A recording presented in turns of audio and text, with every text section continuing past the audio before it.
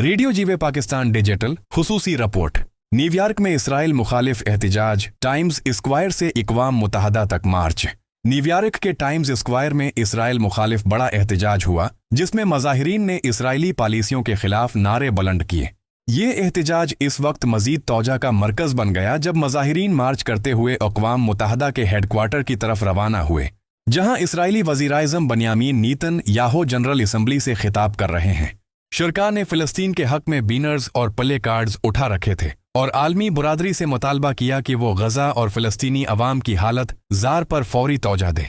ये एहतिजाज दुनिया भर में जारी इन मज़ाहिरों की एक कड़ी है जो इसराइली इक़दामात के खिलाफ मुख्तलिफ शहरों में देखने को मिल रहे हैं।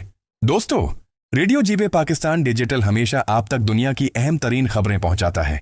आप भी अपनी राय और तबसरा हमें भेज सकते हैं ताकि आपकी आवाज़ दुनिया तक पहुंचे।